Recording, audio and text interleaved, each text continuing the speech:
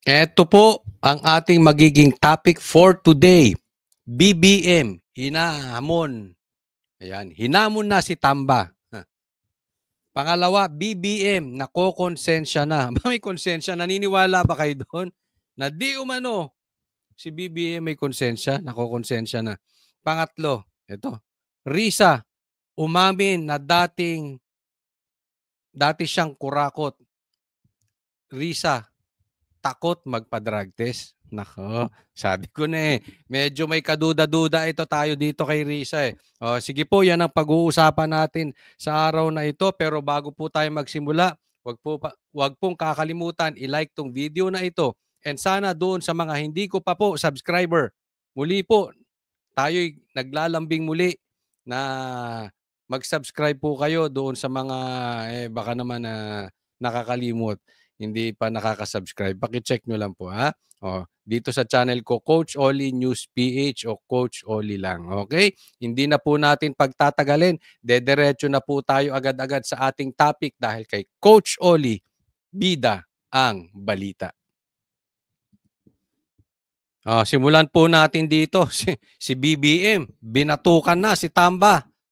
Samantala, binanata ni Executive Secretary Lucas Bersamin ang ilang kongresistang nagtatangka umanong ituro ang sisi sa ekotibo hinggil sa korupsyon. Ayon kay Bersamin, hindi kukonsintihin ng gabinete ang anumang atake sa kanilang integridad at reputasyon, pati ang tangkang kontrolin ang pondo. Dagdag pa ni Bersamin, mawawala ng silbi ang mga investigasyon sa anomalya kung hindi tutumbukin ang mismong mga pinanggalingan ng korupsyon. Yon, dalawa po ang binanggit dito. Ha? Ate mo na, ano yung unang isa?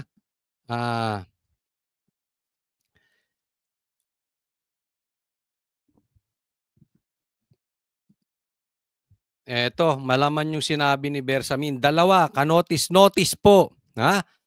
Kokontrolin ang budget, binanggit. Hindi sila papayag kokontrolin ang budget. Kaya itong usapin na ito, it's all about the budget.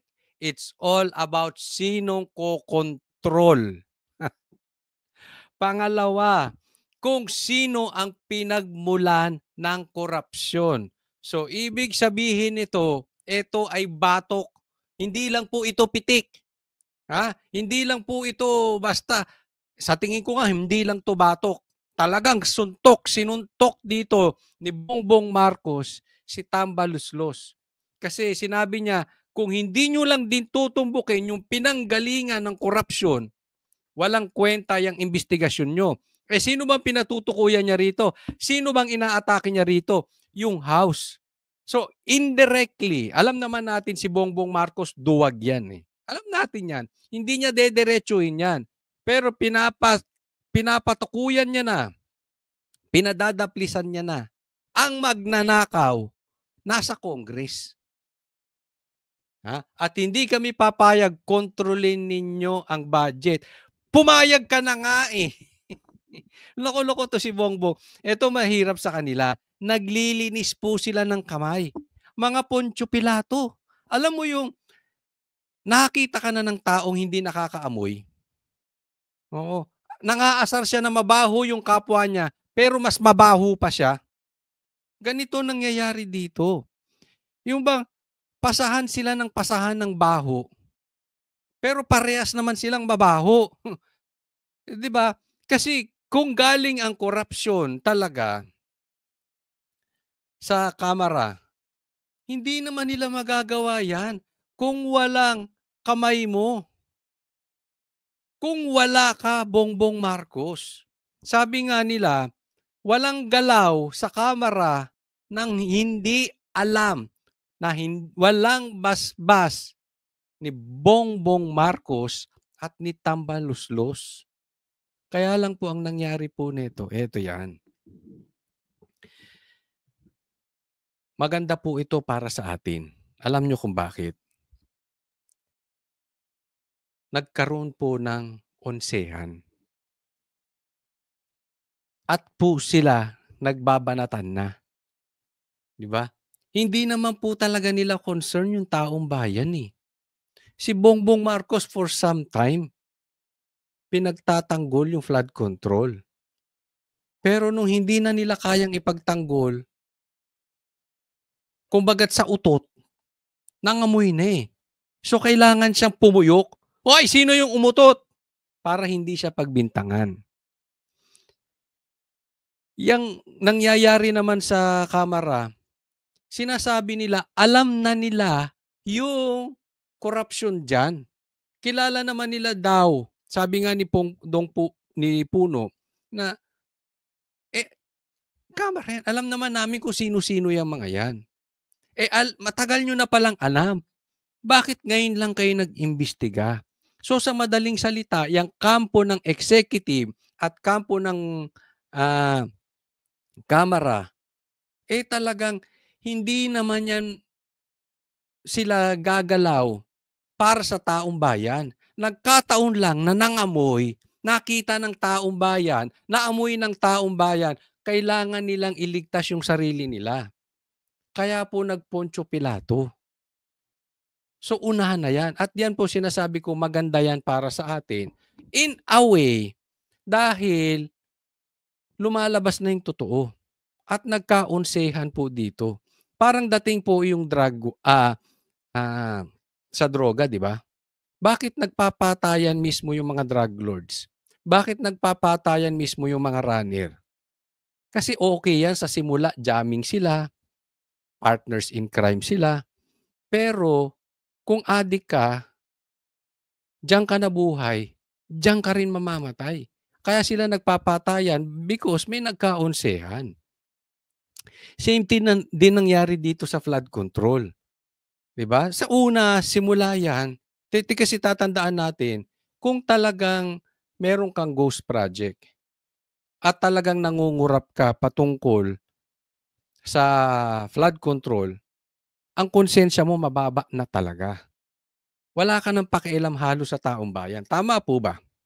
Diba? So, pagka nagkabanat-banatan na yan, at nagkaroon ng problema sila mismo because yung may ganyang klaseng ugali, greedy yan. Hindi po pwedeng ganyan ka kasakim sa pera, ganyan ka natitiis mo yung ganyang klaseng pagnanakaw nang hindi ka greedy. So both parties yan greedy.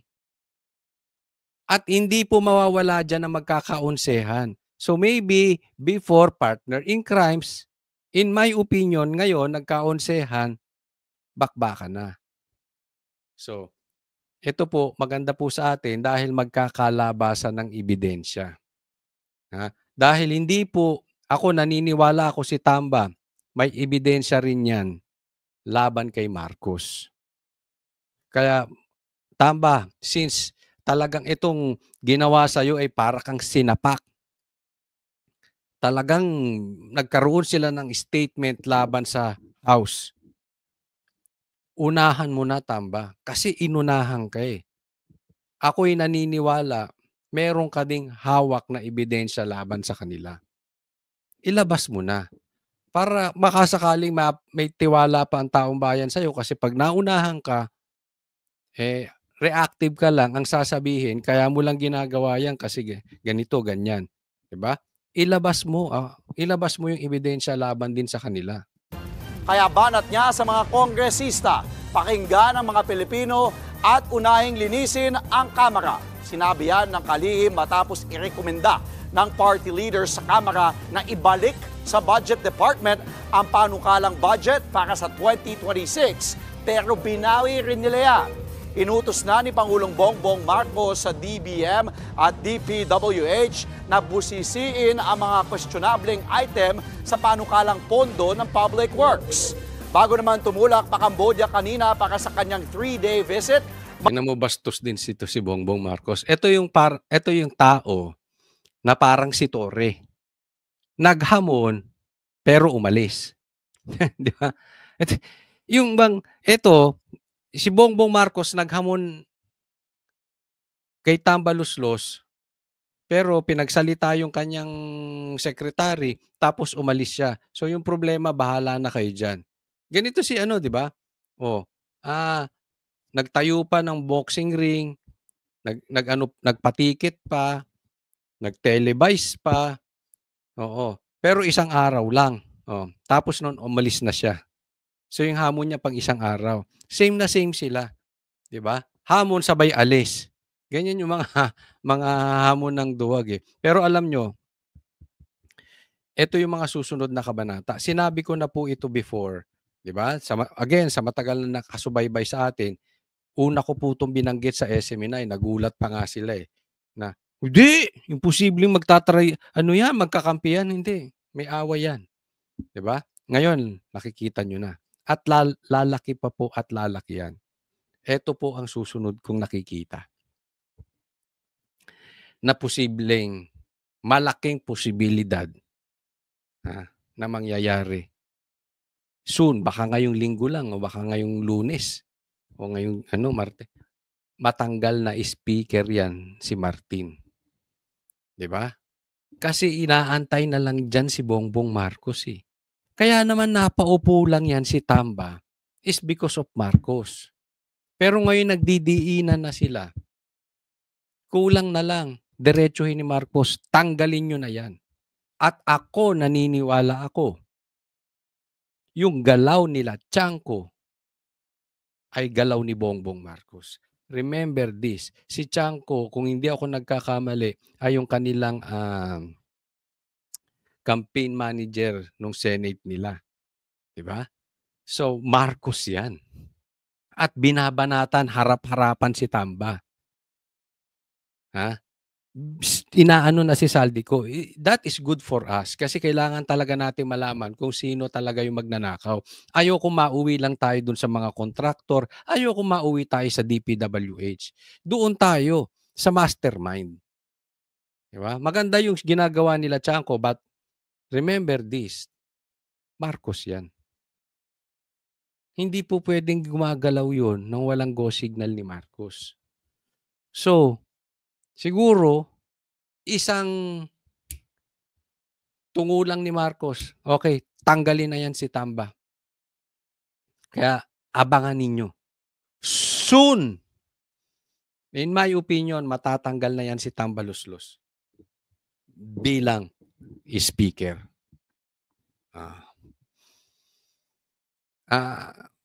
Kasi sabi nila, hindi, magkaibigan yan si Romualdez tsaka si Lisa. Before. Yan ang sinasabi ko. Partners in crime before. Pero always, pagka ikaw ay greedy, in my opinion, hindi sila guilty. Ay hindi sila inosente. Nagkaonsehan yan. Nagkaroon ng problema dyan. So hindi na po yan, hindi na po sila always look at this. The people na gumagalaw. Siguro ito masabi ko na lang sa inyo. Meron din tayong nakakausap from the inside. Okay? Kaya nga po na-predict natin yung nangyari. And so far, those close to me, they know nagkakatotoo. Kaya nga tinatanong kung saan ko nalalaman. O kung kanino. Even sa Banateros tinatanong ako. So, sabi ko, hindi naman na importante kung sino yung nagsasabi. Ang importante kung nagkakatotoo ba. And so far, nagkakatotoo. Kaya pag tiningnan po ninyo yung mga tao sa paligid, they will, yung main character, they will not attack each other. Pero yung mga nakapaligid, umaatake na. You will know yung panahon. Yung weather. Diba? Kung bagat sa alam mong uulan pag sobrang dilim na. Iba na yung amoy ng hangin. Diba? Eto, ganun din. Umaatak na yung nasa paligid. Kunwari sila hindi. Pero may go signal yan. And the people involved, they are attacking each other na. Yung involved, yung nasa ilalim nila. Kaya this is good for us. May iniwang mensahe si PBBM sa kanyang mga gabinete. I hope lumamig na yung mga ulo ninyo. But I will have to just say that I perfectly understand why you are feeling a little unjustly beleaguered. Mga kapatid, Alam mo to si Bobo Marcos, wala talagang klaseng leader to. Aalis pa. Ito, next topic, pag-usapan po natin ito, matindi ito. Si patungkol kay Risa. Mamaya pag-usapan natin, itutuloy natin yung banggaan ng Kamara at ng Executive Department at ano pang ini-expect natin bukod doon sa malapit ng matanggal na speaker si Tamba, meron pa po. Pero for now, ito muna ang expect natin. Ito si Risa. Tila ayaw magpa-drug test. Pakinggan nyo. Tingnan nyo ang palusot na itong alien na to. Yung death penalty ay cruel, inhuman, and degrading punishment. Yan ay anti-poor. At kahit Ito, ayaw ni Risa na death penalty sa plunder. At ang sabi niya, ito ay anti-poor. Magchat-chat GPT ka lang, mali pa. Ang pinapanukala, kailangan nating suportahan. Remember, na-i-vlog natin yon, suportahan natin kasi alam ko, lalo na dun sa mga kaedad ko, 50 and above, matagal na nating inaasam na magkaroon ng death penalty sa mga korap. Diba? Kaya lang, hindi matuloy-tuloy dahil sino ang mag-a-approve niyan? Yung mga mambabatas, karamihan din, korap. Kaya nauudlot yan Hindi matuloy-tuloy yan. Napansin nyo ba? Gustong-gusto ng buong Pilipinas niyan, pero hindi matuloy-tuloy. Dahil sa mga nakaupong korap na mga mambabatas. Kaya nga sabi ko, suportahan natin yan. At kung sinong unang papalag patungkol dyan sa panukala ni Senator Bato, alam na. And the winner is? Siyempre, expected yan. Anong ine-expect mo? Yung unang kokontra dyan sa death penalty na yan. Corrupt, di ba? Magnanakaw. Yung kauna-unahan. Di ba? And the winner is Risa Ontiveros. Palakpakan.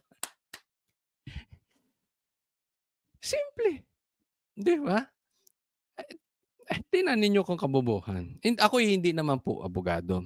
Pero ang plunder po, ito po ay pag ikaw ay sa aking pagkakaintindi, ay ikaw ay nakalakap, nakakuha ng ill-gotten wealth o yung yaman na hindi ka nais-nais na galing sa masama na nagkakahalaga ng 50 million. Tapos ang rason ni Risa, anti-poor. Ano ba yung mambabatas natin? Siguro oy, kayong mga mambabatas, wag nyo nang tipirin, may pera naman kayo. Kung magchat-chat GPT kayo yung paid, hindi yung libre. Kung ano-ano napupulot ninyo 50 million anti-poor. Nakita ka na ba ng mahirap na may 50 million? At saka hindi po anti-poor yan. Yung death penalty, hindi po sa pagkalahatan. Para lang sa magnanakaw, para lang sa kurap na nagkakahalaga ng 50 million. Sa katunayan, mataas pa nga yan Kung nanalo nga dyan si Pastor Kibuloy, kung nanalo dyan si Attorney Vic, pareha sila, itinutulak yan. Yung death penalty na yan. At hindi 50 million. Piso. Yun ang sabi ni Pastor Kibuloy. Si Vic ata 50,000 Pag nangurap ka ng piso, death penalty agad.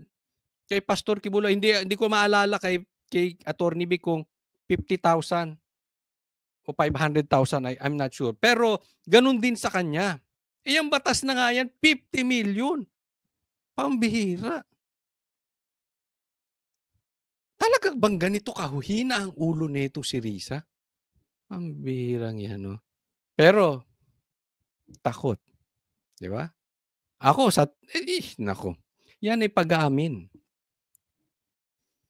Sa most basic level, yun na nga, hindi siya deterrent sa heinous crimes. Bakit? Ang totoong deterrent, ang totoong katatakutan ng isang gumagawa o nag-iisip ng krimen ay yung kasiguruhan na maaaresto siya, mapoprosecute siya, at kung mapatunayan guilty siya, mapaparusahan siya.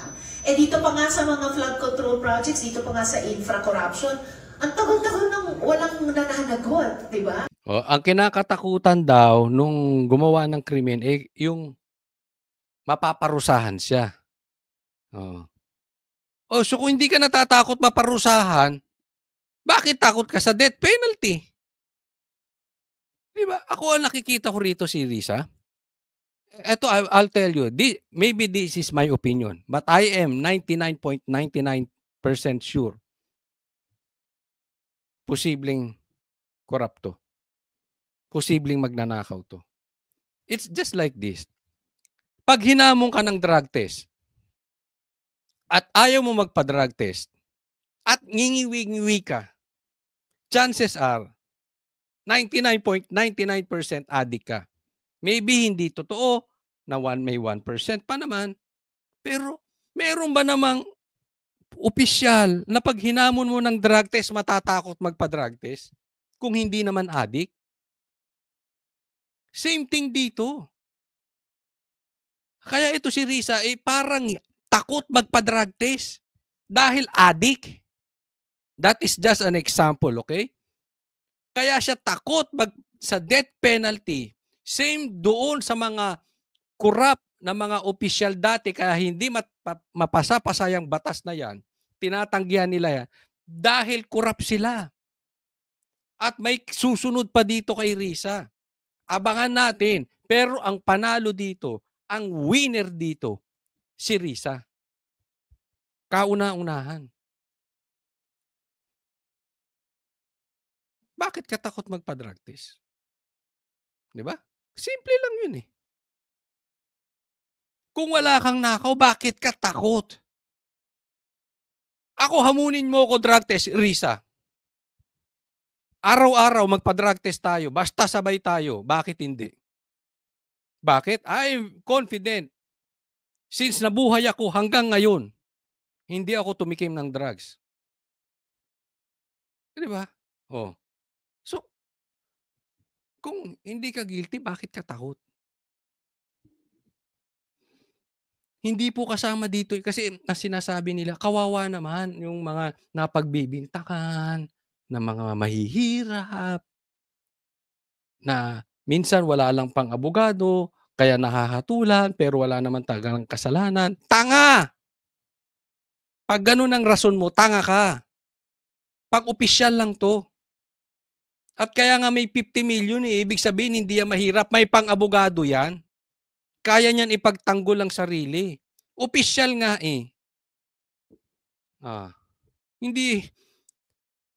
Hindi aasa yan ng pro bono na abogado. Kukunin yan yung mga dekalidad.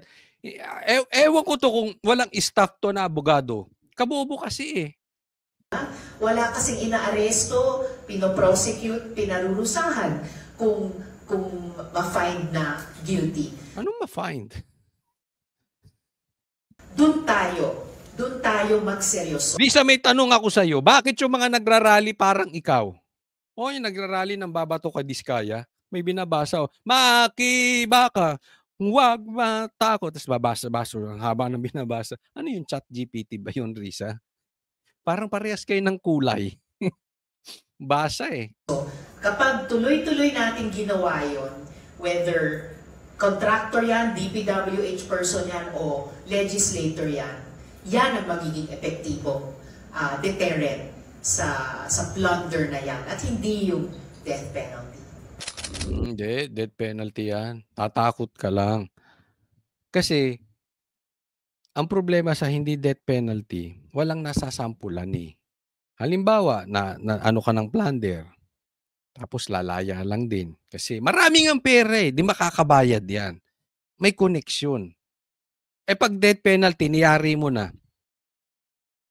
Yung mga magnanakaw, kung hindi matakot yan, na totoo, 2, 3 lang na matitigas. Halimbawa, isang matibay na senador, isang matibay na presidente, at isang matibay na congressman, ma-death penalty. Pag hindi tumayo, pag hindi tumino ang buong Pilipinas, ewan ko na lang.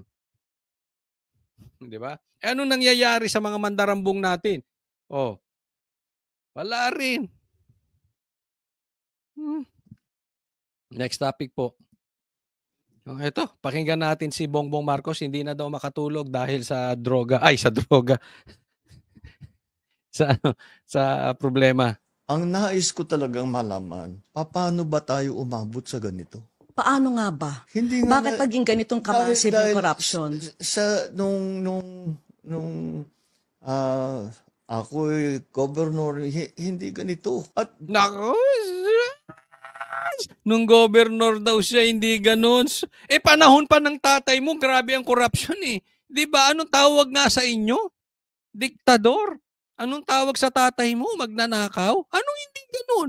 Okay, hindi ko pinagbibintangan ng tatay mo, patay na eh.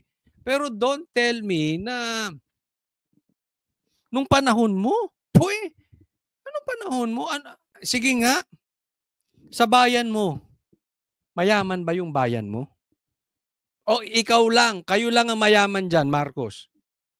Tingnan mo ang Davao. Ilan ang mayaman sa Davao? Ang Duterte hindi. At kahit sabihin mong mayaman ang Duterte, maraming mayaman sa Davao. Sa syudad mo, ilan lang? Baka kayo puro politiko o kamag-anak ng politiko. bukod pa sa laki ng halaga ng nakukuha ng kung sino-sino na tao na wala namang karapatan na bulsahin ang pera na yan. Ayun, yan na. Oo. Ito na. Nilalaglag na si Tamba. Kung sino-sino wala namang karapatang bulsahin yan. Ala ka namang sabihin niya yung sarili niya. Kahit may binulsa siya, of course, hindi niya pa paparinggan yung sarili niya. Ililigtas niya pa rin yung sarili niya. That is Marcos. That is typical of a Marcos. Remember what they did to Sara? That is a typical traitor. Traitor tong mga ito. No? Kaya ako nung nalaman ko at may nagbalita sa akin na sa iba nga hindi ka panipaniwala na maglalaglagan ng Marcos at Tamba at that time, pinaniwalaan ko. Why? Kasi ginawa nga ni Marcos kay Sara eh. Ito pang si Tamba na nobody kung hindi dahil sa kanya. Si Sara nga, kung hindi dahil kay Sara, hindi siya mapuposisyon dyan. Si Tamba kaya lang naposisyon doon because of Marcos. Hindi niya ilalaglag. Ilalaglag niya. Bukod pa ron, ay hindi nila tinatago. Garapala na po. Yes, Garapalan. I agree with that. In your words, it's economic Yun ang sabotage. shock, Yeah. kasi ngayon sila walang pakialam. But how did it become that way? Ay, Why? Yan, ito ang magandang tanong. Bakit naging ganyan? Kasi hindi naman ganyang kagarapal before. Okay? Why? This is what Ano I sagot? really... So brazen. How did we evolve? How did the system evolve? So it became like this. It did not happen overnight. Kita mo, hugas kamay. Bakit naging garapal? Ang sagot niya, nag-evolve. It didn't happen overnight. So, ibig sabihin, hindi ko sa termino nangyari yan. Diba? Paano naging garapalan? Ang sagot, nag-evolve. Hindi yan nangyari overnight. Tingnan mo ang sagot. Yung tanong, alam mo, directed para malinis niya yung sarili niya. Hindi po yan sa regime ko nangyari. Mhm. This happened over many decades. And we have to figure out kung ano ba talaga ang nangyari. Yan. Teka na, putulin kita. Nangyari ito ilang decades na. Okay? I may agree with Marcos. Hindi naman tayo, mga Pilipino, hindi naman tayo virgin dito. Alam natin ang korupsyon sa bansa natin before pa. Nagsimula yan sa termino ng tatay niya. At hindi na natapos-tapos hanggang ngayon. Even nung panahon ni Duterte. Wag na tayong, sa totoo lang tayo. Okay. Hindi malinis, hindi virgin, alam natin yan. Sa katunayan, natatanggap na nga natin eh. Di ba? Pero Marcos, ito sasabihin ko sa iyo. Yung ibang regime, malaki ang nagawa, ang kurakot konti. Kasi wag tayong magmalinis. Ako hindi naniniwala na merong virgin. Hindi ako naniniwala na may malinis na regime. Wala pong malinis. Lahat po ng rakot. Hindi po pwedeng mape-perfect mo yan eh. Kahit nga yung mga mababang corruption sa bansa, may at meron pa rin nangungurap. Pero itong panahon mo, Marcos, grabe na ang corruption, lantaran pa, wala pang nagawa. Kaya nakakaasar. Meron kasing kurap eh, di ba? Yung sinasabi ko, nakurap. Pero nakita mo, ang laki ng nagawa sa bansa. Pero ibang klase. Ako sa tingin ko, yung korupsyon simula doon sa kay Cory Aquino hanggang kay PRRD ay nakuha mo ng korupsyon ng 3 taon. Ganyan po katindi. Garapalan ngayon. Imaginein mo Ghost Project. That is the worst. Nangurap ka na, wala ka pang nagawang trabaho. Tapos nung sinisita ng tao, asa na ang flood control project, ano sagot mo? Andiyan ng flood control project na overwhelm lang. And now here you are dahil wala ka ng lusot, ibibintang mo sa iba. You are not a man, Bongbong Marcos. Gagawa ka ng kalokohan. Pag magkakasisihan, ililigtas mo yung sarili mo. You are not a man.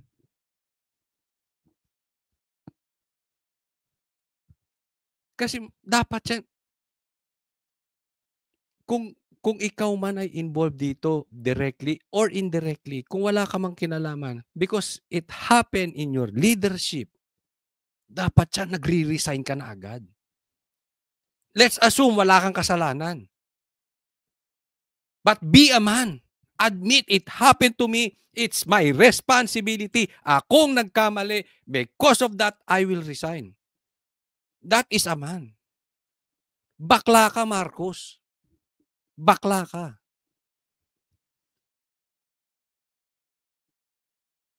Wala kang tindig eh. Kaya sabi ko, hindi importante sa atin kung, but ako, I think he is involved. Pero involved man siya o hindi, directly or indirectly, may sala pa rin siya. Pinapasa mo ng pinapasa, Marcos eh. Alam mo, ang isang tao, pag walang admittance ng pagkakamali, nakakatakot. Alam mo kung bakit? Hindi niya babaguhin.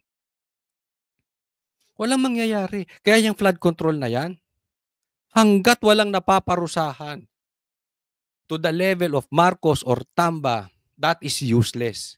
Hindi masusolusyonan yan. Yung mga korap na mga kontraktor, gamit lang nila yan.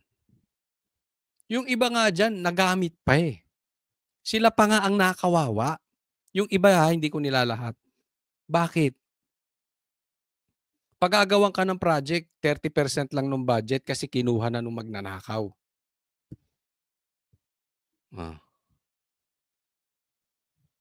Kaya walang mangyari-yari sa bansa natin eh. Yung mga leader natin, bakla. Walang paninindigan. Hindi na mangyari ulit to put the safeguards in place, or if it requires legislation, if it requires restructuring the government, lahat yan kailangan natin gawin.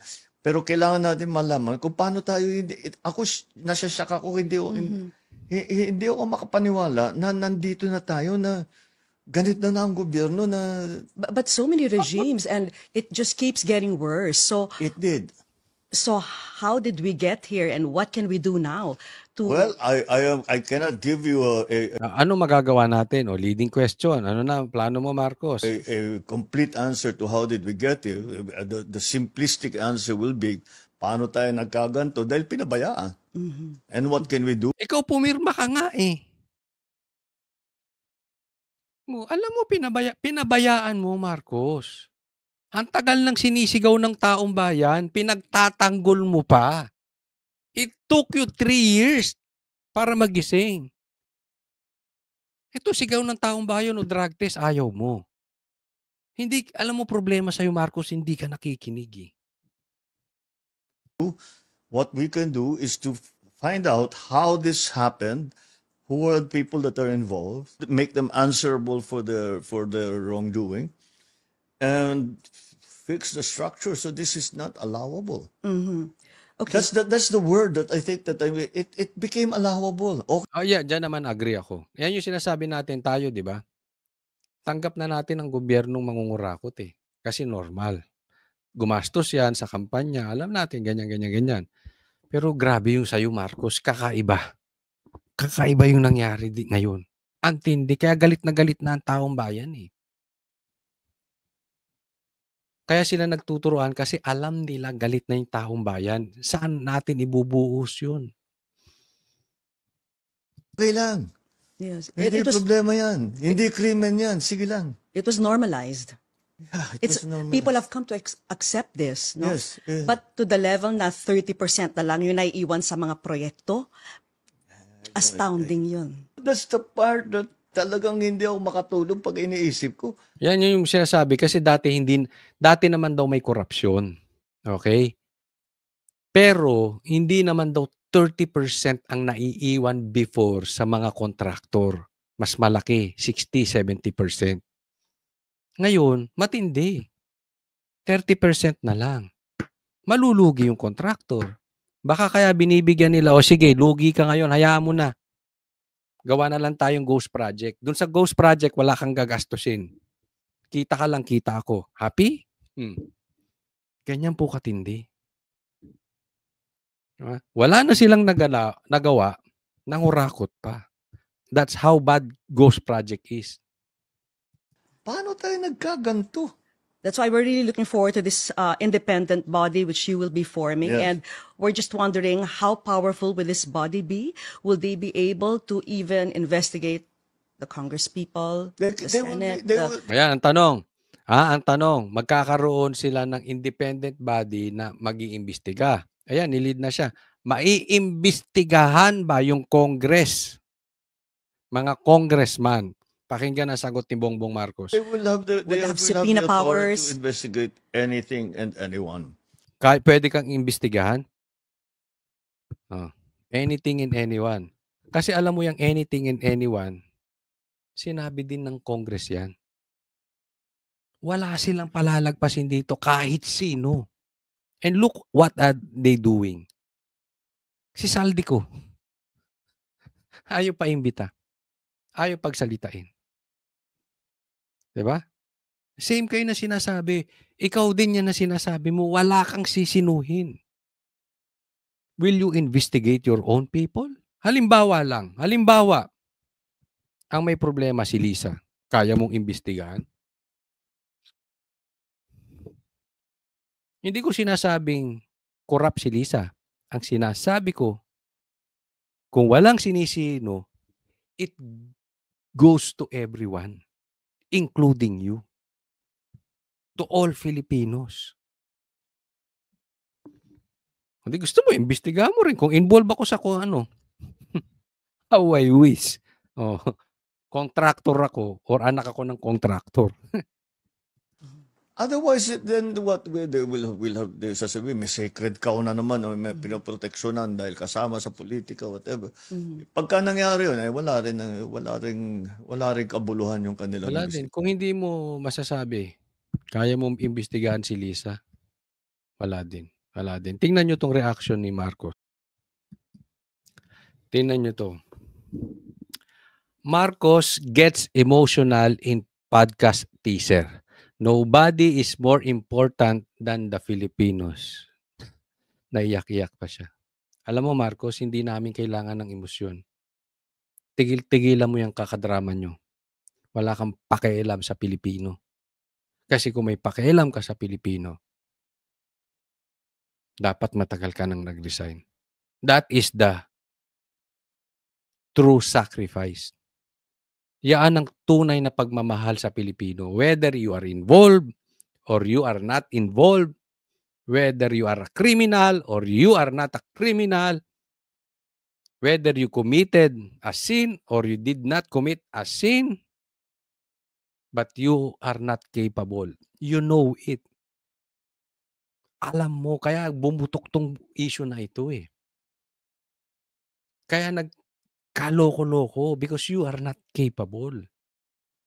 So tigil-tigilan mo yung kakadra. Ako po wala akong kabilib-bilib sa mga paiyak-iyak. Sa totoo lang. Kasi ang paiyak-iyak, as much as possible, dapat yan tinatago. Kasi ang totoong iyak na galing sa puso, hindi yan for show. Yan ang totoong iyak is a cry of repentance. Hindi ko po sinasabing masama ang umiyak. Dahil kung talagang ikaw ay, halimbawa ikaw ay naloko, meron ka talagang pinagdaan ng masama, may nawala sa yung mahal mo sa buhay, natural iiyak ka. Pero if you do it for a show, hindi kailangan yung iyak. Yung ibang tao, tinatago pa yung iyak eh. Kaya ako wala akong kabilib-bilib sa tao na ginagawang display ang paiyak-iyak. Ako rin, umiiyak ako. And my family knows that. But as much as possible, I will try to hide it. Kasi hindi ito drama. And one thing, ang maganda na iyak, yung iyak ng repentance. Yung pagbabago. We don't see any repentance on you, Marcos. Wala, nada. Kung maayos siyang flood control sa paiyak-iyak mo, umiyak ka araw-araw. Otherwise, if you will not change, at iiyak ka lang, wala rin naman mangyayari at magbabago sa buhay ng Pilipino. Stop that drama. Niloloko niyo mga Pilipino eh. You people, yes, you people, ginawa niyo kasing mangmangang utak ng mga Pilipino. Pinababa niyo ang utak ng mga Pilipino. Iyak dito, iyak doon. Statement dito, statement doon. Pinaasa sa pangalan. Ang ganda nung sinabi ni basahin ko ni Magalong. Alam mo, may problema rin sa ating mga Pilipino eh. Ang problema ho sa Pilipino, sabi ni Magalong, hindi ho tayo marunong mamili ng mga leader natin. Mataas ang idolatry kasi ng Pilipino eh. Maganda yung apelyido, anak yan, Marcos yan. All the red flags sinabi na mali si Marcos eh. No? Again, hindi po ako naninisi. Ginigising ko lang po kayo. Itigil na po natin itong maling gawa natin. Mag-isip-isip na po tayo mga Pilipino. Darating na naman ang election sa 2028. Let's be very careful kasi nakikita natin mga Pilipino, this is very important. Pumapasok na po ang mga komunista. Dapat sensitive po tayo sa galaw ng komunista. They will not let BP Sara to take control of the government again. Dahil kakanain ng komunista. Alam nating lahat yan. At nakakapasok sila na. So, tayo mga nakakaunawa, magkaisa po tayo. Dahil pag pinayagan natin ang galaw ng komunista, makikita nyo naman eh. Makikita nyo sa rally, makikita nyo sa mga gobyerno. Mau-obvious nyo, kita nyo. I know, kita nyo. Kung ano yung optics na gusto nilang palabasin. Yun po ang kontrahin natin. Doon po tayo sa kabila. Kasi may agenda itong mga komunista. Mag-iingat po tayo sa kanila. Inuuto po nila ang Pilipino. Yang kulay na yan, hindi ko na i-mention, mga komunista yan. Be very careful with them. Maraming salamat po. Huwag mong kakalimutan, i-like po itong vlog na ito. At sana po, huwag din kalimutan, higit sa lahat, na mag-subscribe sa channel ko. Maraming salamat, Coach Oli po. God bless everyone.